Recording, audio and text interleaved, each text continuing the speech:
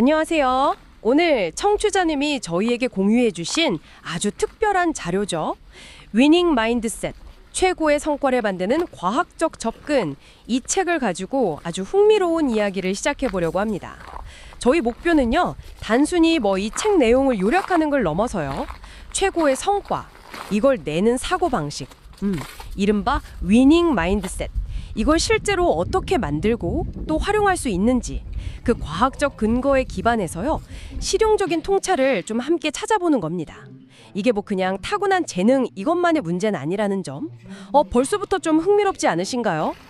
자, 그럼 이 흥미로운 주제 속으로 한번 같이 들어가 볼까요? 네, 반갑습니다.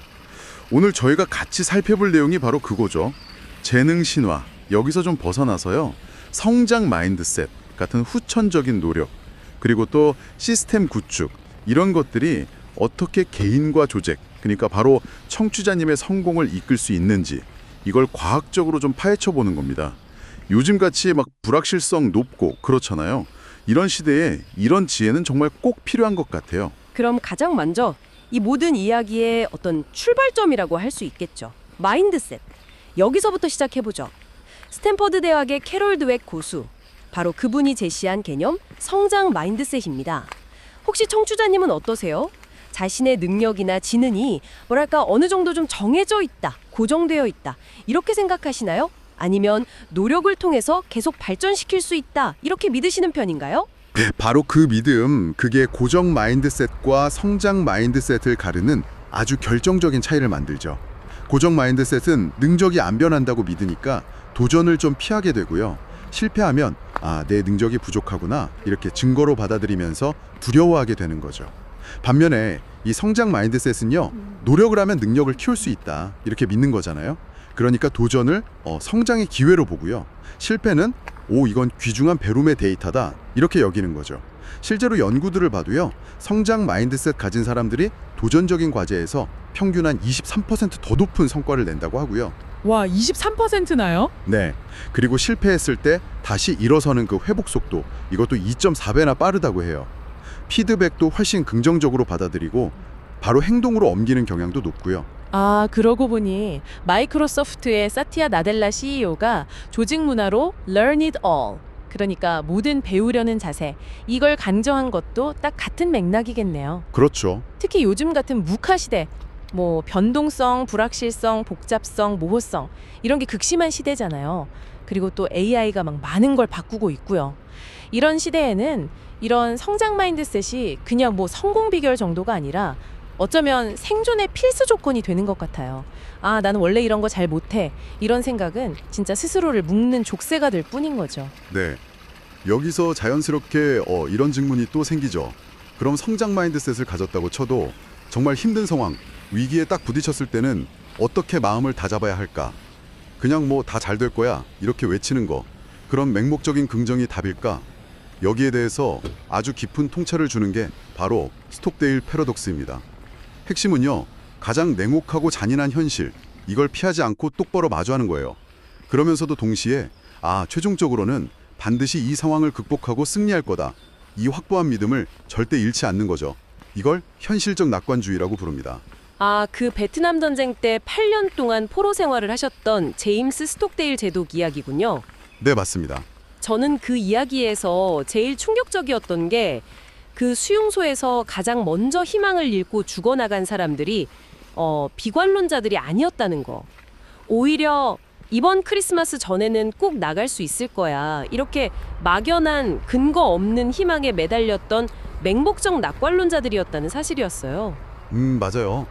기대했던 날이 지나가면 실망하고 또 지나가면 더 크게 절망하고, 그러다 결국 삶의 의지를 놓아버렸다는 거잖아요. 아, 정말 역설적이죠. 네, 그렇습니다. 스톡데일 제독이 그래서 강조했죠. 결국에는 성공할 것이라는 믿음을 절대 잃어서는 안 된다. 하지만 동시에 당신이 처한 현실 속 가장 냉혹한 사실들을 직시해야만 한다. 짐 콜린스가 그 유명한 책 좋은 기업을 넘어 위대한 기업으로, 여기서 위대한 기업들이 역경을 딛고 일어서는 공통적인 원리로 꼽은 것도 바로 이 스톡데일 패러독스고요. 아, 기업에도 적용되는군요. 네. 그러니까 우리가 통제할 수 없는 외부 현실이 있잖아요. 경기 침체라든지 예상 못한 위기 같은 거요. 이런 건 그냥 상수로 받아들이는 거예요. 우리가 바꿀 수 없으니까. 대신에 내가 통제 가능한 내부 영역, 예를 들면 나의 태도, 오늘의 노력, 건강관리, 동료와의 협력 같은 거요. 여기에 모든 에너지를 집중하는 거죠. 냉혹한 현실 직시, 이게 우리한테 위기의식이랑 변화해야 한다는 긴급성을 주고요. 승리에 대한 믿음? 이게 포기하지 않고 나아갈 주도성을 불어넣어주는 거죠. 그래서 이 둘의 결합, 위기의식 더하기 주도성, 이게 바로 위기 극복의 핵심 엔진이다. 이렇게 볼 수 있습니다. 청취자님이 지금 혹시 마주하고 계신 냉혹한 현실은 뭘까요? 그리고 그 현실 속에서도 절대 놓지 말아야 할 궁극적인 믿음은 무엇일지 한번쯤 생각해 보시면 좋을 것 같습니다. 네, 마인드셋의 중요성 그리고 현실적 낙관주의까지 잘 알겠습니다. 그럼 이제 이 마음이 작동하는 방식, 그러니까 우리 뇌의 작동 원리를 조금 더 들여다볼 필요가 있겠네요. 책에서는 우리 뇌를 이해하기 쉽게 그 3층짜리 건물에 비유하고 있잖아요. 네, 맞아요. 1층은 생존 본능 담당, 파충류의 뇌, 즉 뇌간. 2층은 감정을 다루는 포유류의 뇌, 변연계. 그리고 3층은 이성적 사고, 판단을 하는 인간의 뇌, 심피질. 이렇게요. 여기서 중요한 포인트는 아래층이 튼튼하고 안정적이어야 위층이 제 기능을 할 수 있다. 이거겠죠? 정확합니다. 1층, 그러니까 생존 기반이 흔들린다. 예를 들어서 잠을 제대로 못 잤거나 영양 상태가 안 좋거나 아니면 극심한 스트레스 상황이다. 이러면요, 2층 감정의 화재 경보기 편도체라고 하죠. 이게 아주 사소한 자극에도 그냥 쉽게 울려버려요. 아, 편도체요? 네. 그러면서 싸우거나 도망치거나 얼어붙는 반응, fight, flight, freeze, 이게 확 유발되는 거죠. 이렇게 되면 뇌 에너지는 일단 생존 모드에 집중되고요. 3층 이성 영역으로 가는 에너지 공급은 확 줄어듭니다. 밤새도록 잠도 안 자고 일하면서 막 3층의 고차원적인 능력만 쥐어짜내려고 한다. 이건 뭐랄까, 1층 기초 공사도 제대로 안 된 건물 꼭대기에서 막 화려한 펜트하우스 파티 열려는 거랑 똑같은 모순이죠. 하하, 비유가 재미있네요. 그래서 정신과 의사 마크 고울스톤이 말했듯이 뱀의 뇌, 흥분하거나 지친 상태에게 말을 걸지 마라. 이 조언이 바로 이 원리를 딱 꿰뚫는 말입니다. 상대방이 막 감정적으로 격앙되어 있거나 2층 활성화, 아니면 너무 지쳐 보일 때 1층 고갈. 그때 3층의 언어인 논리적인 설득, 거의 안 통하죠. 그렇다면 우리가 이 3층, 즉 이성적인 사고 능력을 최적으로 쓰려면 어떻게 해야 할까요? 그냥 의지만으로는 안 될 것 같은데요. 네, 그래서 중요한 게 바로 1층과 2층을 안정시키는 거. 이걸 기저선 상태, 베이스라인 스테이트라고 하는데요. 평소 우리가 유지하는 몸과 마음의 기본적인 안정 상태, 이걸 의식적으로 관리하는 거죠. 1층 관리는 사실 너무 기본적이지만 정말 강력해요. 충분하고 질 좋은 수면, 균형 잡힌 영양 섭취, 그리고 무엇보다 규칙적인 운동. 운동은 진짜 뇌로 가는 혈류를 늘리고 새로운 신경세포 생성도 촉진하고요. 뇌 기능 향상에 직접적인 영향을 줍니다. 아, 운동이 정말 중요하군요. 네. 그리고 2층 관리는 깊은 호흡이나 명상, 감정 일기 쓰기 같은 걸 통해서 그 감정 조절 센터인 편도체를 좀 진정시키고 감정의 파도에 막 휩쓸리지 않도록 훈련하는 걸 포함하고요. 이제 이런 활동들은 더 이상 선택적인 자기 개발이 아니에요. 최고의 성과를 내기 위한 필수적인 장비 점검이자 운영체제 최적화 작업이다. 이렇게 인식을 바꿔야 합니다. 와, 여기서 정말 놀랍고 희망적인 사실이 또 나오네요. 우리 뇌가 마치 근육처럼 쓰면 쓸수록 변화하고 발달할 수 있다. 신경 가소성, 뉴럴 플라스티시티의 원리. 이거 아닌가요? 평생에 걸쳐서 뇌의 구조와 기능이 변할 수 있다는 거잖아요. 맞습니다. 게다가 뇌는 실제 경험이랑 아주 생생하게 상상한 거를 잘 구분하지 못한대요. 생각만 해도 입에 침이 고이는 레몬처럼요. 네, 바로 그 두 가지 강력한 원리, 신경 가소성과 뇌의 착각 가능성. 이걸 아주 효과적으로 활용하는 성장 기법이 바로 모델링입니다. 모델링이요? 네, 청취자님이 닮고 싶거나 배우고 싶은 롤모델을 정하는 거예요. 그래서 그 사람의 말, 행동, 자세, 심지어 생각하는 방식까지 의식적으로 흉내내는 거죠. 원하는 모습이 될 때까지 그런 척 행동하라. 이 경원이랑 정확히 일치해요. 이게 단순히 겉모습만 따라하는 게 아니고요. 성공한 사람들의 성공 알고리즘을 내 뇌에 다운로드하는 거예요. 그래서 새로운 신경회로, 즉 더 빠르고 효율적인 고속도로를 뇌에 뚫는 과정과 같은 거죠. 오, 뇌 고속도로를 뚫는다. 재밌는 표현이네요. 그렇죠. 이렇게 하면 새로운 기술이나 역량을 배우는 시간을 단축시킬 수 있고요. 또 과연 나 같은 사람도 저렇게 될 수 있을까 하는 그런 심리적인 장벽을 낮추는데도 아주 큰 도움이 됩니다.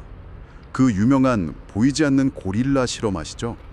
그게 보여주듯이 우리 뇌는 어차피 보고 싶은 것만 보고 쉽게 착각에 빠지기도 하잖아요. 네, 그렇죠. 그렇다면 이왕이면 성장에 유리한 긍정적 착각을 의도적으로 활용하는 게 훨씬 현명한 전략 아닐까요?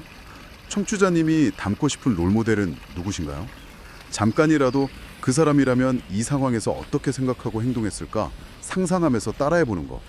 그 작은 척이 뇌 속에 새로운 길을 만드는 첫걸음이 될 수 있습니다. 방금 뇌가 실제랑 상상을 잘 구분 못하고 또 척하는 행동으로도 변할 수 있다는 이야기 나왔잖아요. 그렇다면 우리가 매일 쓰는 말의 힘은 어떨까요?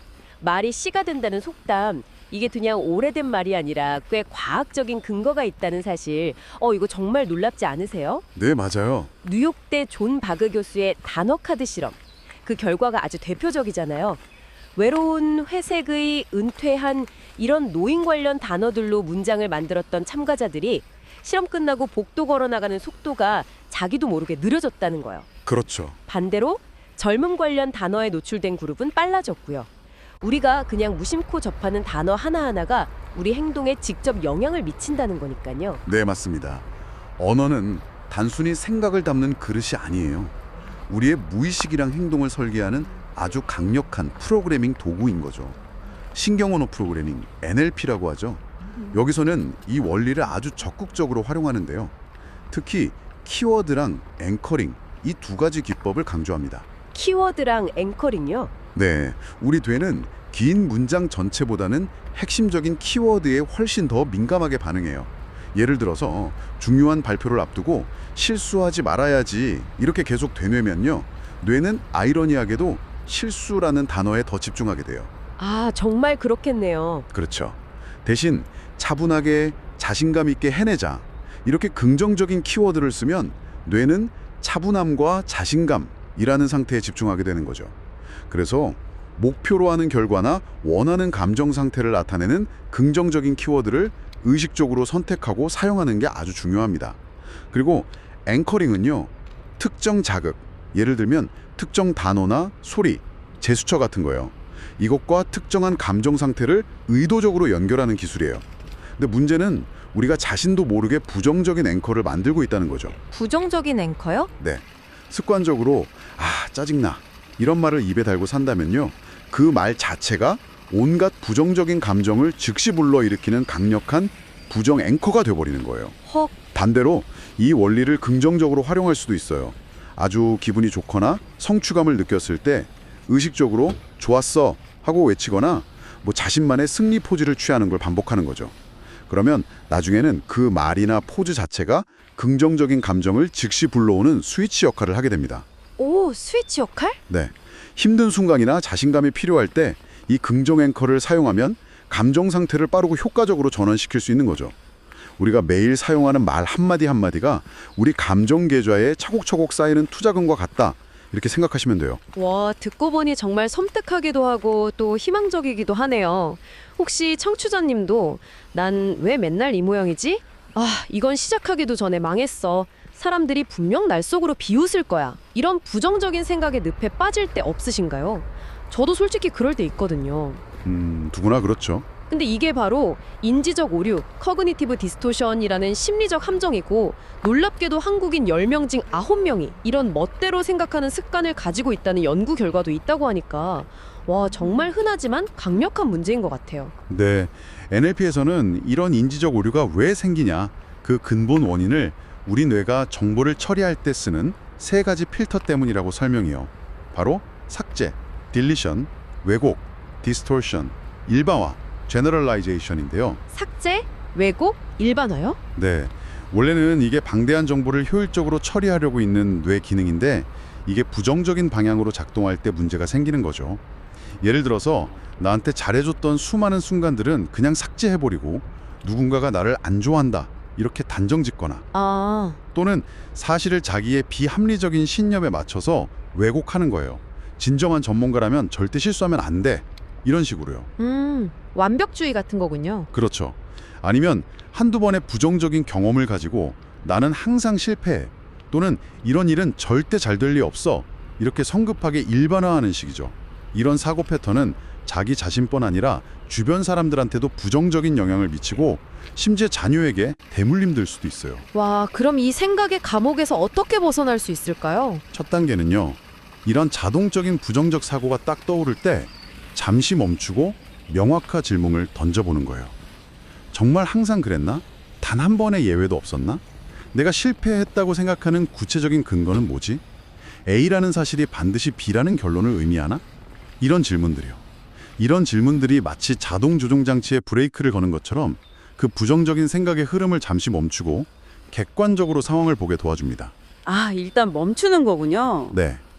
더 나아가서는 리프레이밍, 즉 관점 바꾸기 연습이 필요해요. 예를 들어서 예상치 못한 문제가 딱 발생했을 때 습관적으로 좌절하는 대신 오히려 잘 됐네, 이 기회에 오를 배울 수 있겠어. 요즘 유행하는 원형적 사고처럼요. 이렇게 의식적으로 다른 프레임을 적용해 보는 거예요. 원형적 사고. 네, 처음에는 좀 억지스럽게 느껴질 수도 있는데요. 꾸준히 연습하면 부정적인 관점에 갇히지 않고 상황의 긍정적인 면이나 숨겨진 기회를 발견하는 아주 유연한 사고를 기를 수 있습니다. 실패 속에서 교훈을 찾고 위기 속에서 새로운 가능성을 모색하게 되는 거죠. 네, 생각과 언어를 다루는 법까지 배웠으니 이제 행동으로 나아가게 하는 에너지, 즉 동기부여의 핵심 동력인 도파민 이야기를 안 할 수가 없겠네요. 이게 단순히 뭐 기분 좋을 때 나오는 쾌락 호르몬, 이게 아니라 우리를 목표를 향해 움직이게 만드는 추진력의 원천이라는 점, 이게 정말 흥미로운데요. 맞습니다. 그런데 이 도파민 시스템이 또 양날의 검 같아요. 우리 뇌에는 크게 두 가지 도파민 회로가 있다고 볼 수 있는데요.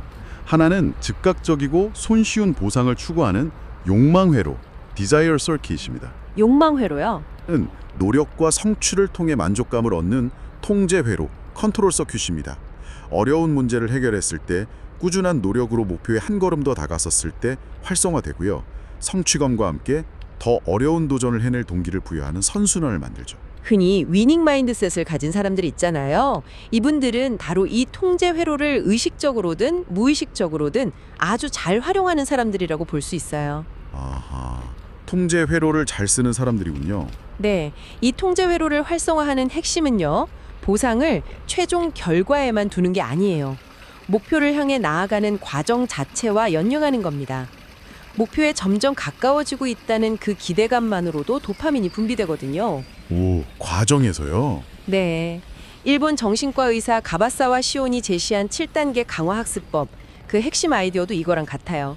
명확한 목표를 세우고 1단계, 성공하는 모습을 생생하게 상상하고 2단계, 목표 달성 가능성을 확인하고 3단계, 과정을 즐겁게 실행하고 4단계, 작은 성취라도 스스로에게 보상하고 5단계, 곧바로 약간 더 높은 다음 목표 설정하고 6단계, 이 사이클을 반복하는 거죠. 7단계, 이 과정을 통해서 의도적으로 도파민의 통제회로 스위치를 켜고 동기부여의 선순환을 만들어내는 겁니다. 궁극적으로는 노력하는 과정 자체에서 의미와 즐거움을 느끼는 내적 동기가 극대화된 상태에 이르는 것이 목표라고 할 수 있고요. 청취자님은 요즘 도파민을 주로 어디에 사용하고 계신가요? 순간적인 쾌락을 얻는 욕망 회로인가요? 아니면 꾸준한 성장을 이끄는 통제 회로인가요? 한번 생각해 보세요. 아, 정말 하루 종일 정신없이 바쁘게 움직였는데 저녁 때 딱 돌아보면 내가 오늘 대체 뭘 했지 하는 그런 허탈한 기분. 혹시 청취자님도 느껴보신 적 없으신가요? 저도 가끔 그럴 때가 있는데요. 네, 저도 그래요. 이럴 때 스티븐 코비 박사가 제안한 시간관리 매트릭스, 이게 우리가 시간을 어떻게 쓰고 있는지 점검하고 개선하는 데 아주 큰 도움이 될 수 있다고 합니다. 우리가 하는 모든 일을 긴급성이랑 중요도, 이 두 가지 축으로 나눠서 4개의 4분면으로 분류해 보는 거죠. 네, 아주 유용한 도구죠. 대부분 사람들은 제1사분면, 그러니까 긴급하면서 중요한 일, 예를 들면 갑자기 터진 위기 상황이나 마감이 임박한 업무 같은 거요. 그리고 제3사분면, 긴급하지만 중요하지 않은 일, 뭐 별 내용 없는 회의 참석이나 다른 사람의 급하지만 나한테 중요하지 않은 부탁 처리, 습관적인 이메일 확인 같은 거요. 여기에 시간과 에너지의 상당 부분을 막 소모해요. 맞아요. 정신없죠. 네, 끊임없이 울리는 알림에 반응하고 당장 급한 불 끄느라 정신이 없죠.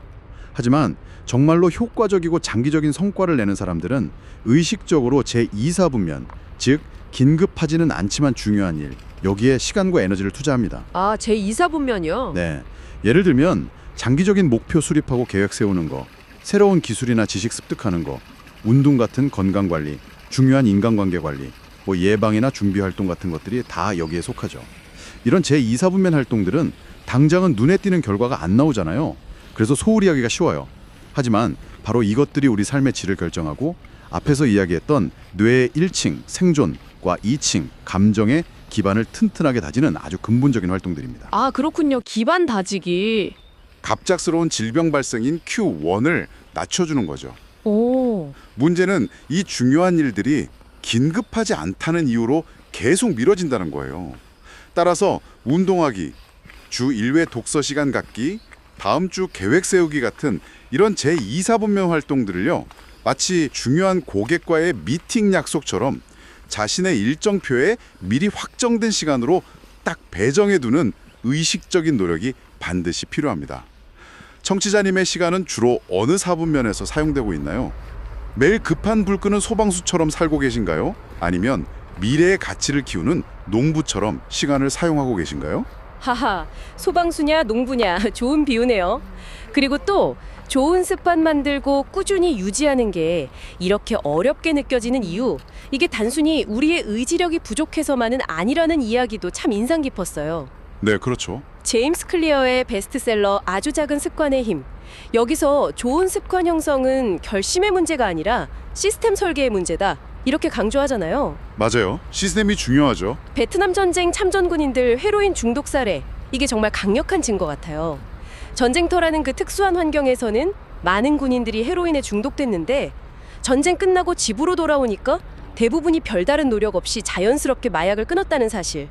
환경과 시스템의 힘이 얼마나 강력한지 보여주는 사례죠. 정확한 지적입니다. 의지력에만 의존하는 습관 만들기는 실패하기 쉬워요. 대신에 좋은 습관이 저절로 생겨나도록 환경과 시스템을 설계해야 하는 거죠. 제임스 클리어는 이걸 행동 변화의 4가지 법칙으로 설명하는데요. 첫째, 분명하게 만들어라. Make it obvious. 좋은 습관을 시작하게 만드는 신호, 큐를 눈에 잘 띄게 만드는 거예요. 예를 들어 아침 운동하고 싶으면 전날 밤에 운동복이랑 운동화를 침대 옆에 딱 꺼내두는 거죠. 아, 보이게 두는 거군요. 네. 둘째, 매력적으로 만들어라. Make it attractive. 습관 자체를 더 하고 싶게 만드는 거예요. 예를 들어서 꼭 해야 하는 일, 운동이랑 정말 하고 싶은 일, 좋아하는 드라마 시청, 이걸 짝지어요. 그래서 운동을 해야만 드라마를 볼 수 있게 만드는 거죠. 오, 보상이랑 연결하는 거네요. 그렇죠. 셋째, 하기 쉽게 만들어라. Make it easy. 습관을 시작하는 데 드는 노력을 최소화하는 거예요. 매일 책 30분 읽기, 이게 부담스러우면 대신 매일 저녁 식사 후 책 한 페이지 펴기, 이렇게 아주 작은 단위로 시작하는 2분 규칙을 적용하는 거죠. 일단 시작하면 관성이 붙기 쉽거든요. 2분 규칙. 네. 넷째, 만족스럽게 만들어라. Make it satisfying. 습관을 실천한 직후에 즉각적인 보상이나 만족감을 느끼게 하는 거예요.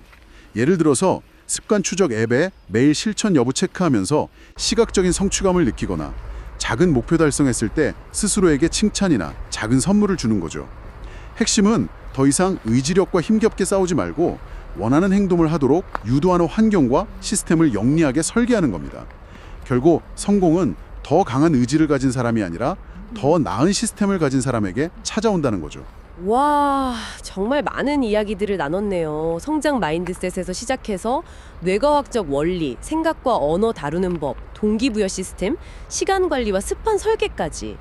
그렇다면 이 모든 것들을 하나로 쫙 꿰뚫는 가장 근본적인 핵심 원리, 이건 뭘까요? 책에서는 바로 정체성 기반의 변화를 이야기하는데요. 이게 결국 다 무슨 의미일까요? 네, 모든 변화의 가장 깊은 수준은 바로 정체성의 변화입니다. 예를 들어서 담배를 끊으려고 할 때 단순히 금연하고 싶다 이렇게 생각하는 것보다 나는 비흡연자다 라고 스스로를 규정하는 것이 훨씬 더 강력한 변화를 이끌어낸다는 거죠. 아, 나는 O이다. 그렇죠. 목표가 단순히 마라톤 완주가 아니라 나는 꾸준히 달리는 사람이다. 이게 될 때 아침 일찍 일어나서 운동하시는 행동, 이게 더 이상 어려운 결심이 아니라 그냥 자연스러운 정체성의 표현이 되는 겁니다. 제임스 클리어는 우리가 하는 모든 작은 행동 하나하나가 우리가 되고자 하는 사람의 모습에 대한 투표와 같다고 말해요. 투표요? 네. 책 한 페이지를 읽는 것은 나는 배우는 사람이다 라는 정체성에 한 표를 던지는 행위고요. 건강한 식사를 선택하는 것은 나는 건강을 중요하게 생각하는 사람이다 라는 정체성에 투표하는 거죠. 아, 매 순간 투표하고 있는 거네요. 맞아요. 이런 정체성 기반의 변화를 돕는 구체적인 도구로 실행 의도, implementation intention, 나 미래 인터뷰, future 인터뷰 같은 기법을 활용할 수 있어요. 실행 의도는 나는 언제 어디서 무엇을 하겠다. 예를 들면 내일 아침 7시에 일어나서 거실 매트 위에서 15분간 스트레칭을 하겠다. 이렇게 행동 계획을 아주 구체적으로 세우는 거예요. 이렇게 하면 행동을 시작할 가능성이 훨씬 높아지고요. 나는 계획하고 실천하는 사람이다 라는 정체성을 강화하는 데 도움이 됩니다. 구체적인 계획? 네. 그리고 미래 인터뷰는요. 목표를 이미 성공적으로 달성한 미래 시점으로 가는 거예요. 그래서 누군가가 와 정말 대단하시네요. 어떻게 그렇게 성공하셨어요? 이렇게 묻는 상황을 상상하면서 그 질문에 답해보는 거죠. 뇌는 이 생생한 상상을 실제 경험처럼 받아들여서 원하는 미래의 정체성을 미리 체험하게 하고 현재 행동에 강력한 동기부여를 제공합니다. 와, 미래 인터뷰 재밌겠는데요. 오늘 저희는 청취자님이 공유해주신 자료를 바탕으로 위닝 마인드셋을 구축하는 여정을 쭉 함께 떠나봤습니다. 시작은 성장 마인드셋과 현실적 낙관주의 같은 마음가짐부터 시작했죠. 네, 그랬죠. 그리고 우리 뇌의 작동 원리를 이해하고 활용하는 법, 생각과 언어, 감정을 효과적으로 다루는 신경언어 프로그래밍 도구들, 동기부여의 핵심인 도파민 시스템 활용법, 그리고 효과적인 시간 관리와 아주 작은 습관 설계 시스템 구축, 마지막으로 이 모든 것을 아우르는 정체성 기반의 변화까지. 와, 정말 다채로운 이야기들을 나눴네요. 여기서 꼭 기억해야 할 점은 위닝 마인드셋이란 게 뭐 한 번 도달하면 끝 이런 최종 목적지가 아니라는 거죠. 매일매일의 작은 선택과 꾸준한 실천 속에서 계속 가꾸어 나가야 하는 과정이라는 사실입니다. 네, 맞습니다. 그리고 오늘 이야기 나눈 이 모든 것들은요. 타고난 재능이 아니에요. 누구나 배우고 연습하고 훈련할 수 있는 기술이라는 점을 꼭 강조하고 싶습니다. 아, 기술이다. 네. 그러니까 오늘 나눈 이야기들 중에서 이건 한번 해볼만 하겠다 싶은 아주 작은 것 하나라도 괜찮으니까요. 청취자님의 일상에 한번 적용해 보시면 어떨까요? 그 작은 시도가 정말 놀라운 변화의 시작이 될 수 있습니다. 네, 좋습니다. 마지막으로 청취자님께 생각해볼 질문을 하나 남기면서 오늘 이야기를 마무리할까 합니다. 오늘 자료에서는 우리가 하는 작은 행동들이 미래의 나라는 정체성에 대한 투표라고 했잖아요. 네. 그렇다면 우리가 매일 의식적으로 또는 무의식적으로 머릿속에서 되풀이하는 생각들, 스스로에게 들려주는 그 내면의 이야기, 이너 나래티브, 이건 과연 어떤 정체성에 투표하고 있는 걸까요? 깊은 질문이네요. 어쩌면 우리가 어떤 내면의 이야기를 선택하고 가꾸어 나갈 것인지 이걸 의식적으로 결정하는 것, 그것이야말로 우리가 추구해야 할 궁극적인 마인드셋 설계가 아닐까 하는 그런 생각을 해봅니다. 오늘 저희와 함께 이 깊이 있는 이야기에 기꺼이 동참해 주신 청취자님께 진심으로 감사드립니다.